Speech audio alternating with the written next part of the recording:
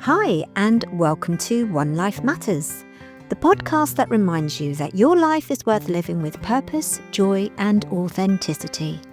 I'm Trish, a counsellor and life coach, and I'll be sharing down-to-earth conversations, insights, and tools to help you navigate the ups and downs of life. Whether you're healing from the past, finding your confidence, or simply wanting to feel more at peace with yourself, this is your space, because you only get one life, and it truly matters. Now, before we get into this episode, I just want to mention that this podcast is for general information, insight, and reflection only. It's not a substitute for personal therapy, counselling, or medical advice.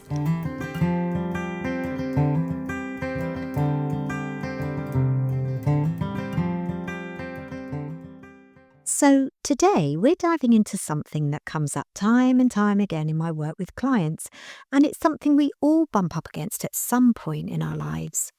We're talking about the rules and beliefs that we live by, how they got here, and what to do about the ones that cause more harm than good.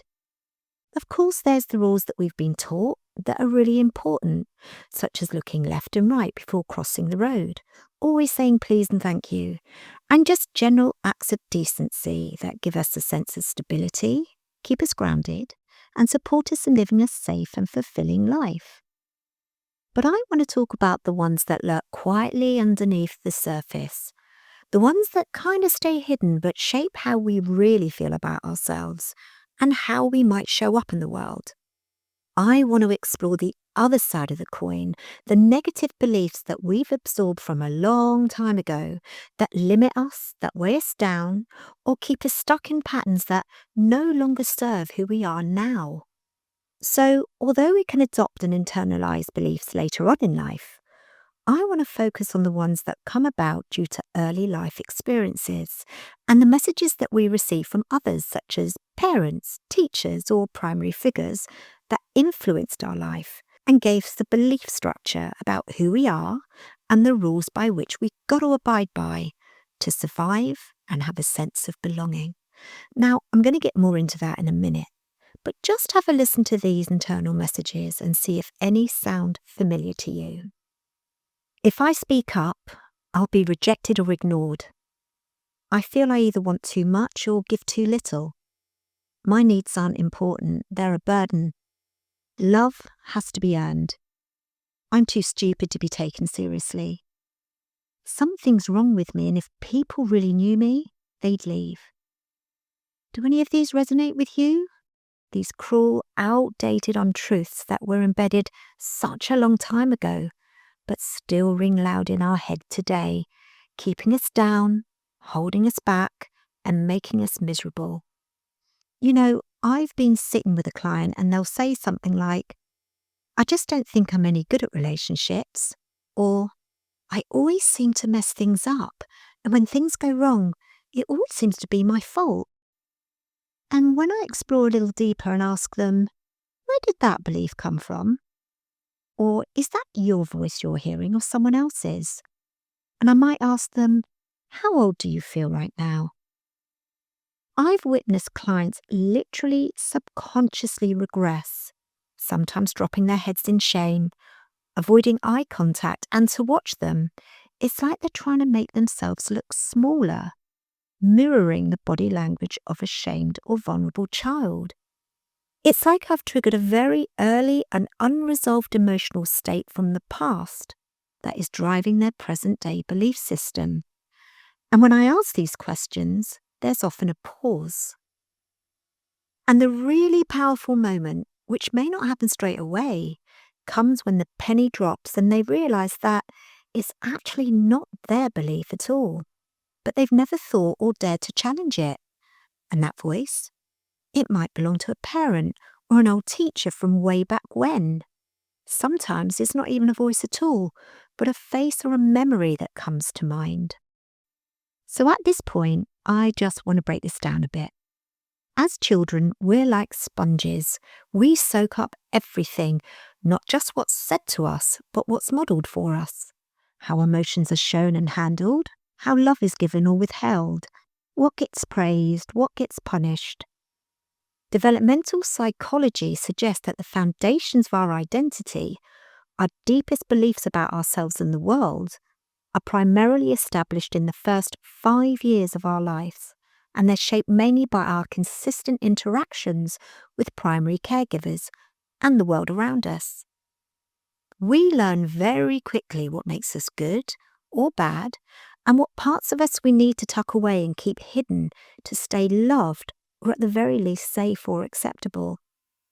As a very young child, we unconsciously believe that we have to follow these beliefs or rules in order to literally survive. After all, the people who taught them to us are the ones responsible for meeting our most basic needs, such as food, warmth, safety, comfort, love, in whichever form it came in. So if we piss them off, we risk abandonment. And in our childlike, underdeveloped brain, we are terrified that we won't be able to survive without that basic connection, however fragile, inconsistent, or harsh and frightening that connection is. So, what I'm talking about here is the inner child. Now, the inner child is the part of us that holds our early emotional experiences, our memories, and unmet needs. It's the vulnerable part of us that still feels, reacts, and longs for love, safety, and acceptance, often in the same way we did as children. The language of the inner child is often harsh and absolute. When their needs weren't met consistently, they didn't conclude, oh, maybe mum's tired again today and feels really overwhelmed with work. They actually come to the conclusion that it must be my fault why mum is so upset again today. So we adapt and internalize those lessons that we are taught, whether it be explicit and very obvious, to just a feeling, even if they're unfair or unkind, because at that age or stage of our life, survival is everything, and it depends on staying connected to those caregivers, no matter what the cost to our sense of authentic self.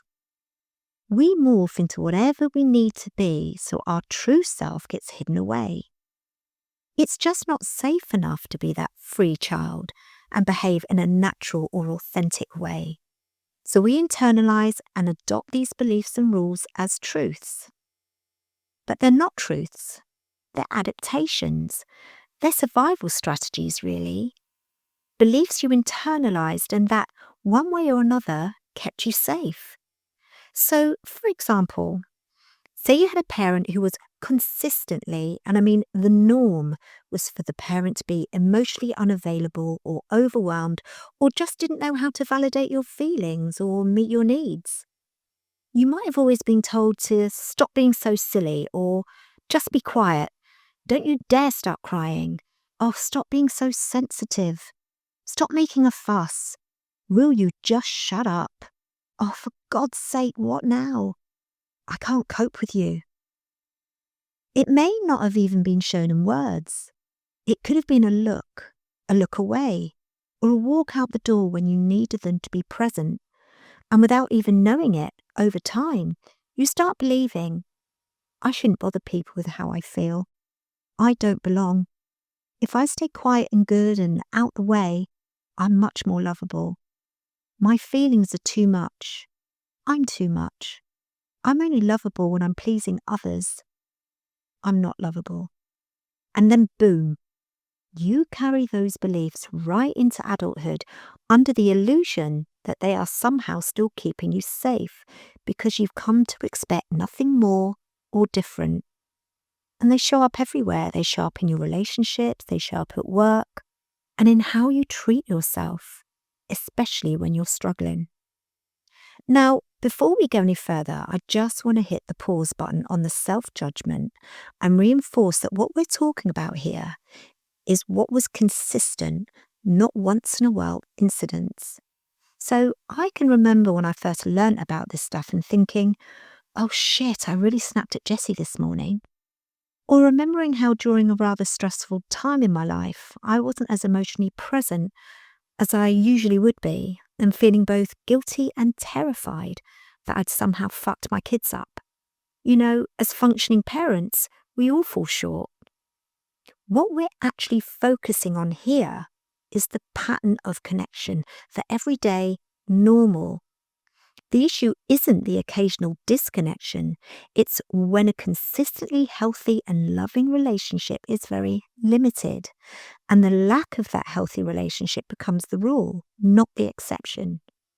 And when this lack of secure connection is your normal, you inevitably develop core beliefs about your own worth and safety, beliefs that can block you from successfully moving through the necessary emotional and developmental stages required to grow into a truly grounded, healthy, and secure adult.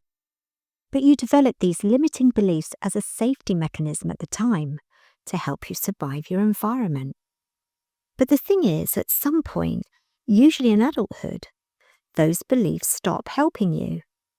In fact, they start hurting you and stop you from living a healthy, fulfilled life.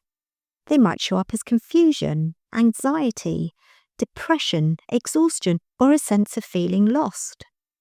Sometimes you get a quiet sense of unease, like you're living a life that doesn't quite fit, but you can't put your finger on why. A life that on paper looks fine, but there's that quiet, persistent sense of unease humming beneath the surface. You can't quite explain it, but something feels off or misaligned. The uneasy feeling? Well, that's your inner child, your authentic, true self trying desperately to get your attention. It's the part of you that knows who you truly are before all the external conditioning and inherited beliefs took hold. And the huge shift happens when that inner child finally says, "Hey, I'm here. I need to be heard now. And these rules we've been living by, they're simply not working for me anymore." And so you begin to question fundamental beliefs, those shoulds and musts that have governed your life for decades. The difficult part, however, is the fear that comes with this questioning. That inner child part of you, which was once dependent on those old rules and attachments, might feel scared, guilty, or even disloyal for challenging the familiar. It can feel like you're letting down your family, your community, or some essential structure of your past just by entertaining a new belief, let alone making a change. So each time an old belief is challenged or questioned with a client, I need to make it very clear that this isn't about judgment of a parent or whoever may have contributed to that belief, but it's looking at the facts to try and separate what belongs to others and what is authentically my client's, so the separation and letting go can begin slowly and safely. So how do we start the journey of changing the rules after a lifetime of old habits and beliefs? Now, I want to emphasize here that what we're talking about isn't simply a matter of thinking a new thought and the behavior will follow. The reason this work is so challenging, and often, especially to start with, can feel unrealistic, unsafe, and unreachable, is because your nervous system is involved. Think about it. Those limiting beliefs, I must be quiet, I must earn love, my needs are a burden, they were all survival strategies. They kept you safe, or at least feeling safe, in an environment where you were dependent on others. Your brain's deepest wiring, the part that controls your fight, flight, freeze, or fawn response, logged those beliefs as rules for survival. So when you logically look at a limiting belief and say, "That's not true, I'm an adult, I'm safe," your nervous system can sometimes send a completely different message. Danger. When you go to speak up in a meeting, that old belief, "if I speak up, I won't be taken seriously or listened to or maybe even laughed at," doesn't just pop up as a thought. It triggers as a physical response. Maybe your chest tightens, your heart races, your hands get clammy, or your throat constricts. That's your ancient protective wiring screaming, "Stop! Stick to the old rule. That's how we stay safe." This is why we often retreat right after a breakthrough. You have the holy shit moment, You decide to change, and in a matter of days or weeks, you find yourself sliding right back into the old pattern. It's not a failure of will, it's a nervous system response, a protective recall back into what is familiar. And to your body, familiarity equals safety, even if it's miserable. Understanding this dynamic, that your past is wired into your present, is absolutely crucial because this helps begin the journey of healing old wounds, knowing your triggers, and creating a deeper sense of self-awareness, self-compassion, and emotional freedom. So the next time you try to change a belief and you feel that sudden surge of anxiety, guilt, or fear in your gut, don't see it as a warning sign to stop. Recognize it as a memory, an outdated belief. I encourage my clients to literally talk to themselves and say something like, "This isn't a feeling I should quit. It's just my body remembering a rule from 30, 40, maybe even longer years ago. Thank you for trying to protect me, but I'm safe now." This can be the beginning of being able to recognize what's yours to keep and what to let go of. A few other things you can do to let go of outdated, unhelpful beliefs. Notice it, notice the belief, get curious about it. Ask yourself, what do I believe about myself, about others and the world around me? And where did that belief come from? Is it really my voice I'm hearing when I think that thought? Or does it sound like a parent, an old teacher, or whoever? Secondly, give yourself permission and allow yourself to question it without feeling guilty or disloyal to whoever it came from in the first place. Ask yourself, does this belief actually help me? How does this belief make me feel about myself and others? Is it true today or is it outdated, left over from a time when I didn't feel safe to be fully me? Thirdly, start replacing it, but slowly. It's been your scaffolding for such a long time, so take care to dismantle it. You don't have to bulldoze your whole identity. If you do, your nervous system that recognizes familiarity as safety will soon have you doubting yourself and making it hard to break free from the shackles of your conditioned beliefs. This is about reclaiming who you truly are, to bring out the bits that you needed to tuck away in your shadow and underneath all the conditioning. It's about offering yourself new, truer beliefs like, I'm allowed to take up space. My needs matter. I can rewrite the rules I was handed. I'm allowed to change. I'm enough and I'm lovable. And let's add a fourth step, one that's vital for truly cementing the change, and it's one that you can start practicing right now. Embody the new belief. It's not enough to simply say the new belief, my needs matter. Your nervous system needs proof. It needs to see you act on it. So this step is all about small, consistent actions that contradict the old rule. If your old rule was, my feelings are too much, your new action is to practice sharing a small, low-stakes feeling with a safe person, like, I felt really pissed off when that happened. If your old rule was, I'm not allowed to take up space, your new action is to take up space in a small way. Stand with your head held high, with your shoulders back instead of curling in. Raise your voice a bit when you speak in a group and let yourself be heard. If your old rule was, my needs aren't important, let the waiter know if your food isn't right and stop apologizing all the bloody time. If your old rule was, love has to be earned through perfection, your new action is to do one thing perfectly imperfectly and then don't fix it. Leave that dish in the sink or the bed unmade. Go out wearing odd socks and then practice sitting with the discomfort. These small embodied actions are what speak directly to the deepest, most ancient parts of your brain. They are the living proof that the world didn't end when you broke the old rule. They are the bricks you use to build your new scaffolding, one successful, safe experience at a time. This is how we move the belief from a hopeful mantra to a lived reality. You see, healing doesn't mean becoming someone else. Like I said, it's about reclaiming yourself, the you that's always been there, quietly waiting under the noise of everyone else's expectations. And yes, dismantling these beliefs can feel scary, really bloody scary, even disorienting at times because they've held us together for so long. But I promise you, what's waiting on the other side is going to be worth it. More ease, calm, and peace. More authenticity, knowing that you're living by your set of beliefs instead of bending like a pretzel to fit someone else's. And more freedom to live a life that actually feels like yours. So if you're feeling that quiet discomfort, like something doesn't quite fit anymore, trust it. It's a good, brave place to begin.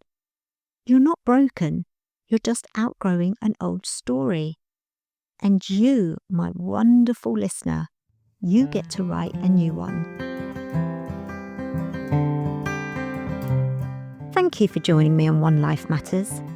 If today's episode spoke to you, I'd love you to follow and maybe share it with someone who might need it too. Remember, you only get one life, so make it one that truly matters.